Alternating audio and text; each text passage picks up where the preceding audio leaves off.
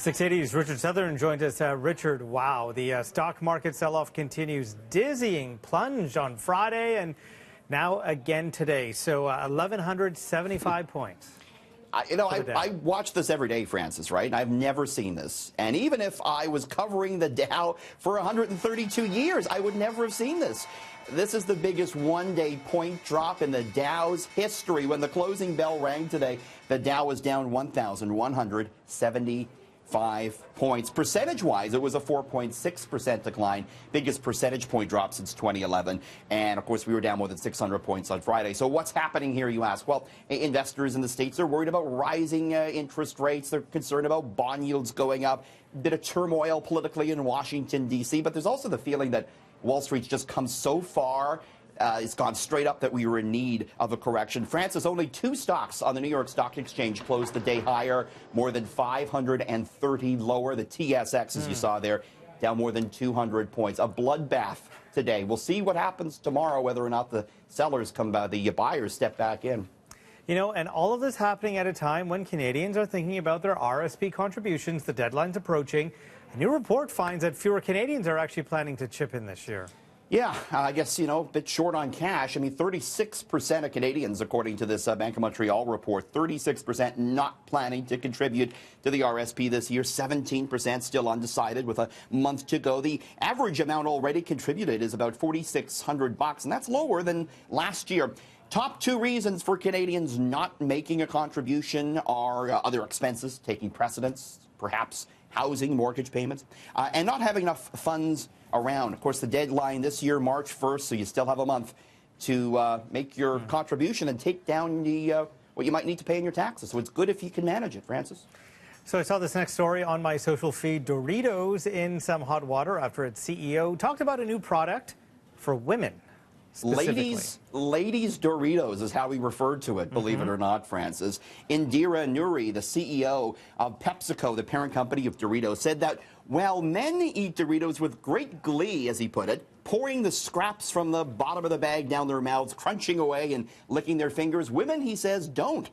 Women, the CEO says, don't like to crunch loudly in public or lick their fingers.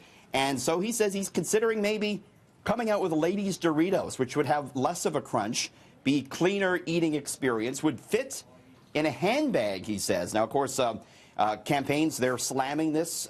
Francis saying it's a tired general stereotype. And really, I think it's a problem that I don't think women really have here. So some interesting comments from the CEO of that chip company.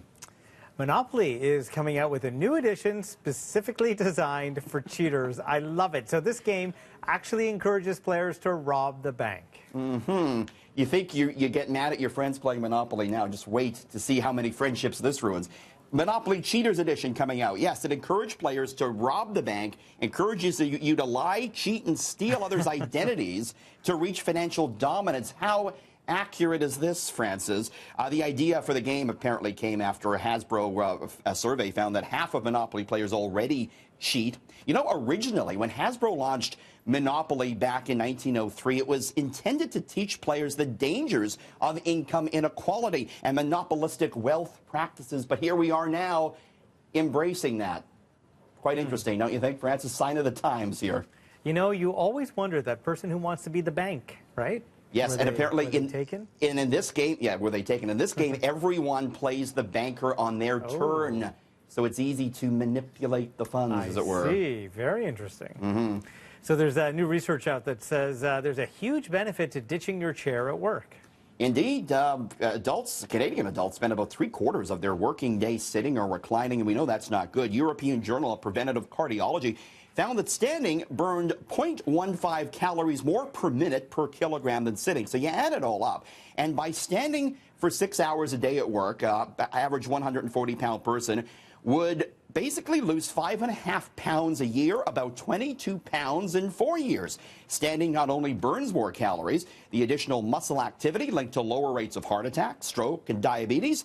So the benefits could go well beyond weight loss. City News reporters have known this for a long time, Francis. That's why most of you guys are standing up all the time. Well, I'm sitting right now. You're the one who's standing. And I know at 680 you've got these desks that actually move up, right? So if you want to stand, you can stand. A lot of companies getting into that now, offering standing desks. So that's a trend we're seeing for sure. Very interesting. Thank you, Richard. Thank you. Here's Christina Howren.